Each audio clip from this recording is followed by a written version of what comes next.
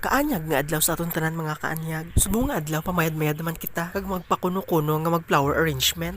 Tripan ta naman ang mga kabulakan ni mother nga gintanom. Bawas sa pag-uli niya sina, baw mayaw-yaw gid na kay kalbo nang iya mga kabulakan.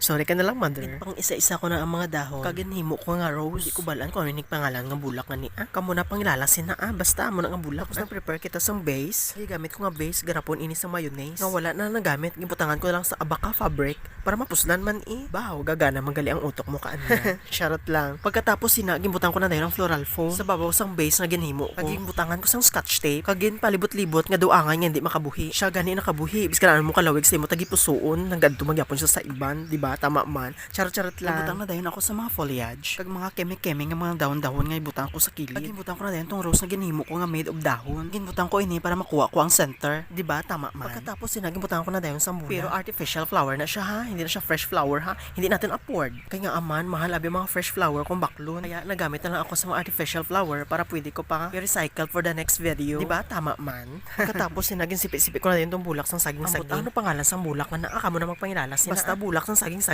amo man ang tawag sa amon diri. Pagkatapos magplaster ko na dayon ang bulak sang saging-saging. Pasunod ko sang arrange kag tuslok isa-isa. Kay man ko pataka mo nakatuslok ti ano ta na lang itsura sina. Dapat kung garin siya sang bulak dapat habit mo man ini nga pamayad-mayad ka lang nga mag-arrange ti ano ato kalabasan sa to. Ako abi dati nagapanilag lang ko sa nag-arrange sa mga bulak. Ano ang teknik kag ano ang pagpasunod sini. Kundi na-adapt ko man. Kaya amo abi ning abilidad. Hindi ini makawat sang iba. Kag magamit mo gid di ba? Tama man. Finally natapos na gid ang aton flower arrangement. I hope nagustuhan yung mga kanyag ha. Don't forget to follow, share, react, and good comments sa akon mga videos. Gani, magkita-kita naman kita for the next videos. Basta Ilonggo kag Ilongga, kaanyag gid.